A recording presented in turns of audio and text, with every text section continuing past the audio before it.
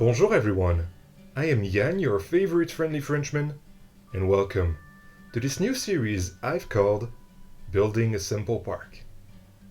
Yes, I realized that some of you wanted me to give advice on building parks and planet coasters, so I didn't want to do some, classic tutorial because I wouldn't have got my enjoyment out of those, and I think you guys would have felt that through the video, so yeah, I'm making speed builds instead and explaining things along the way.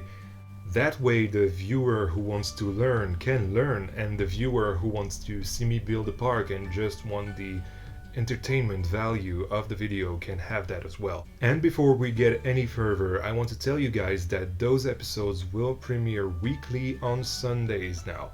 Yes, I'm saying now because the Exploring Parc Ciel Bleu episodes used to come out on Fridays, and now, well, you're getting videos on Sundays, and maybe other days of the week, we'll see. Anyway, consider subscribing because it's really helping me out, and you also have 7 weeks worth of content coming your way, so you're not gonna go dry on content in the next 7 weeks. That's great in my opinion. Alright, now that I'm done doing my own promo, let's talk about the actual simple park. As you can see, I've just named some signs that I'm going to place around the layout, which I'm starting to do right now. Simple Park is actually going to be a mini park, and that's why I'm going for a really small layout. In fact, the layout that I'm doing right now under your eyes is so much smaller than what I have 7 weeks later. Yeah, because I'm filming those videos in advance, and this was obviously the very first video that I've ever filmed for this series because it's the first episode, duh. And and yeah, this was filmed at the beginning of September, and right now you're going to watch that on the 9th of October, so yeah, a while ago. Actually not 7 weeks, but we have 7 episodes ready. Oh my god, I gotta breathe. Anyway, let's not talk about the organization of it all, but let's talk about the park. As you can see, I've dotted around several signs with the attraction types and also where the food stalls are going to be. The lesson I want you guys to take away from this is that none of it matters. It's just in your mind, it's just planning, and in the end, nothing is going to go according to plan. Yes, take that, beginners. No, but for real. The planning is not important in the sense that, yeah, this goes there and this goes there. No, that's not important in that sense. Why it's important is because you will have ideas right away, and planning is basically saying, okay, I have this idea. For example, my ideas come from Cité Park in Lille, which is 30 kilometers away from where I live. And basically Cité Park is this small children park that I like to go to because of the vibes, and basically just looking at the attractions, feeling like I'm a guest in Planco, and also listening. Yeah, I'm pretty sure they're paying royalties to to Disney because they're using Disneyland music. Yay. Anyway, but yeah, you will have ideas. For example, mine come from Cité Park, and that's why I wanted to have, this kiddie coaster is gonna go there, this log flume is gonna go there, this, well, in the game it's Luna Autos is gonna go there. In the end, it didn't matter what I planned. You'll see why along the series, but it's just, to have a mind map of it all. And as you'll go with the park, you'll see that not everything has to go according to plan. That's how you have to plan the park. Which is pretty ironic. You have to plan it to not plan it. Anyway, while I did my whole speech around planning, I've done the turnstiles, and yeah, actually the turnstiles are modified versions from what I had done in Parc Ciel Bleu, and the blueprint is actually on the workshop. If you guys on the PlayStation workshop, sorry for Xbox and PC users, but yeah, you guys can download it if you're on PlayStation. It's no problem, you can use it as much as you want. Also, you see me getting rid of this sign because I didn't want to use the same lettering as I used in Parcia Bleu. So I'm... yeah, this sign, it's not great. Let's just be honest. I knew it, like, I knew that it was going to be a placeholder, a placeholder, but yeah, it's not looking great, is it? What is looking great is all those support works for the sign, ironically. Like, the sign is the worst sign you've ever seen, but still the supports behind it are pretty cool, I gotta admit. Did I just pat myself on the back? Yeah, I think I did. Who cares, it's my video, I do whatever I want. And what I am doing right now are the ticket booths. Yeah, you need ticket booths for, you know, the parking tickets when you leave the park, and also for the actual tickets to go inside the park, and season passes. It's really important for that park, because it would be one of those parks that close in the summer because they're too cold. And wait, no. The park is too cold. Quick, somebody get him a coat. Him a coat? He's not a person. What is going on? The Frenchman is going wild.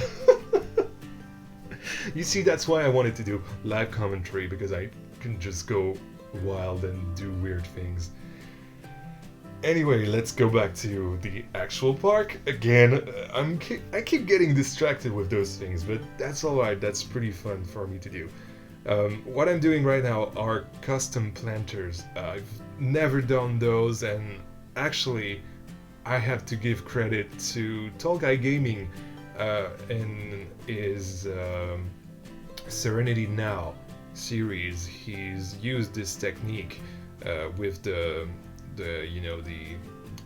station walls, I think they're called, and the little railings and everything.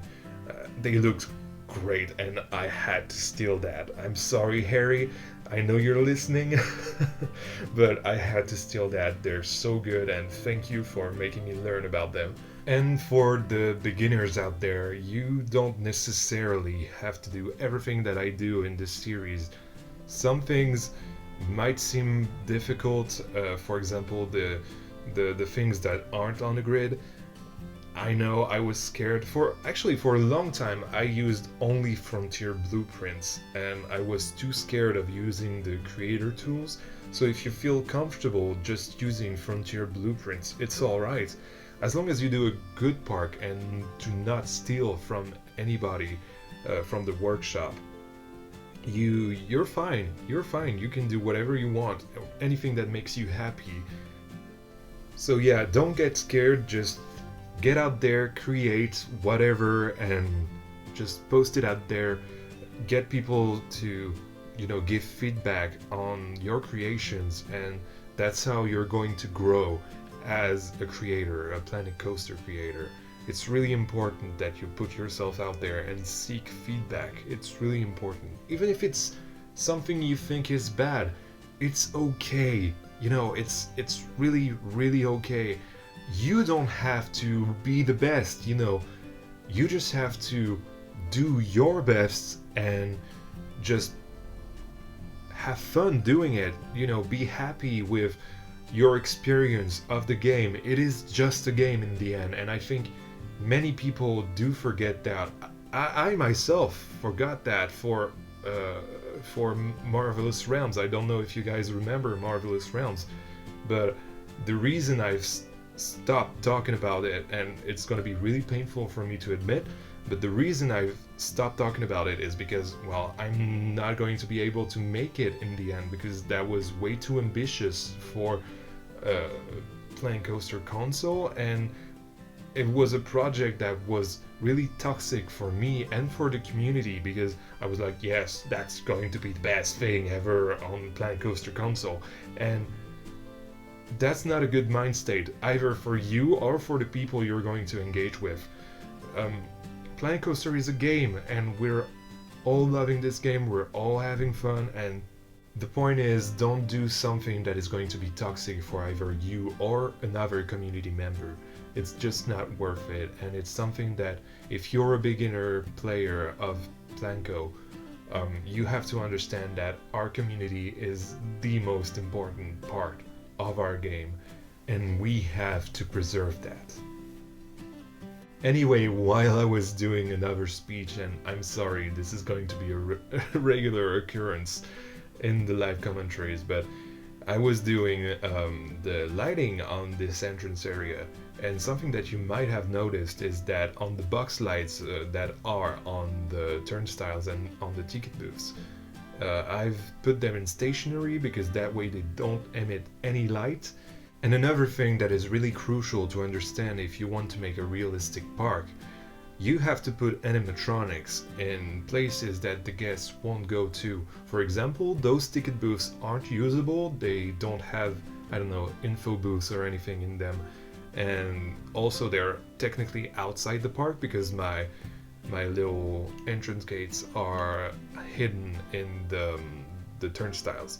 So what I've done here is sprinkle a few animatronics in the lines for the tickets to make them feel like they were real people waiting to, buy tickets.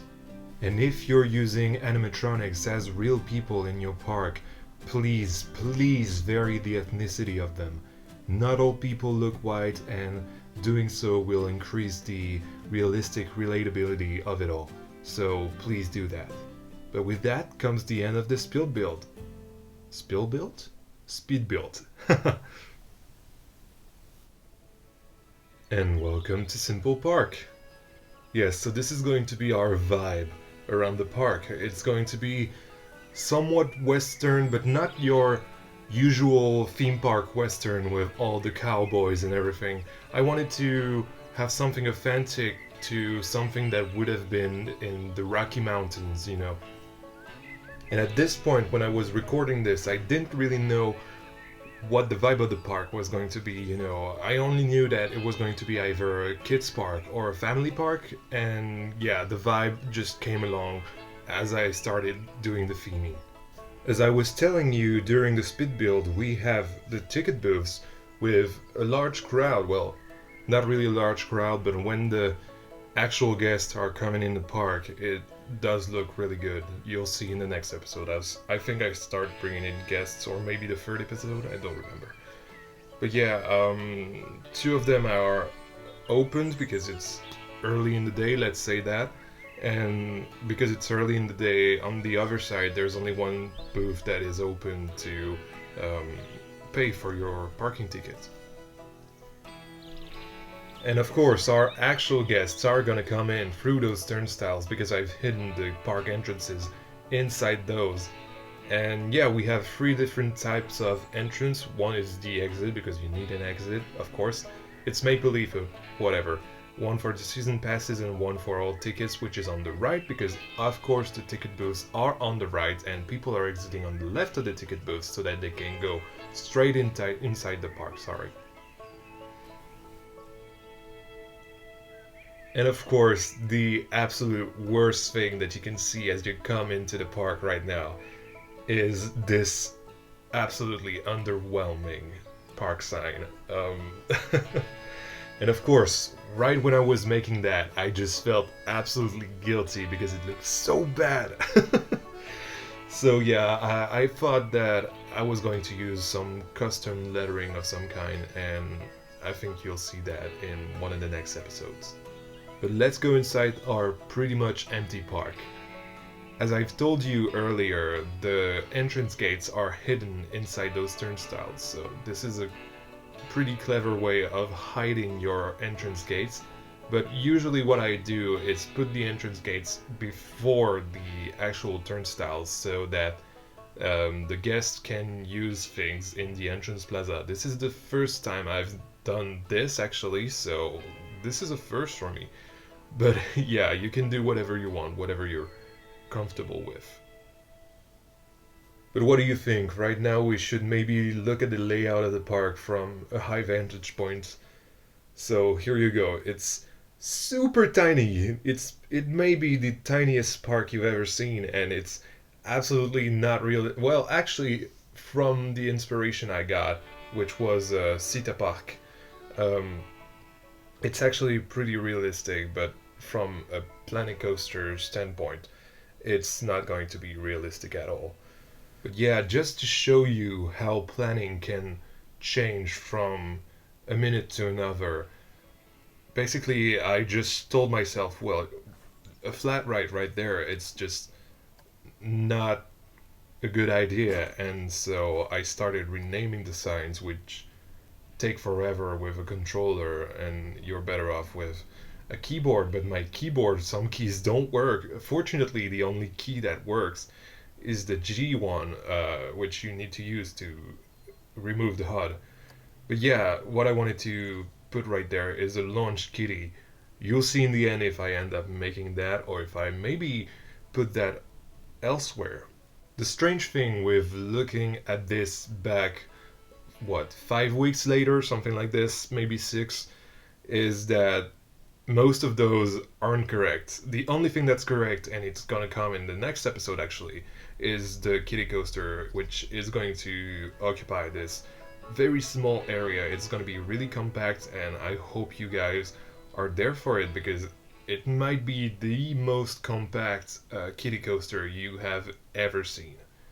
But as I was saying, looking back at that, what, 5, 6 weeks later, it's hilarious because it's just not going to be good. It's not the layout I use in the end, and you even see me just taking the things out and the paths out and just remaking everything because the idea was to put a car ride and lock flume inside this small space, which wasn't doable just for the fact that the lock flume has, and actually the car ride as well, they both have the smallest track piece you can use is 8 meters, so it's super large, and you just can't put that in such a small space. Not the two of them, and not even one of them actually.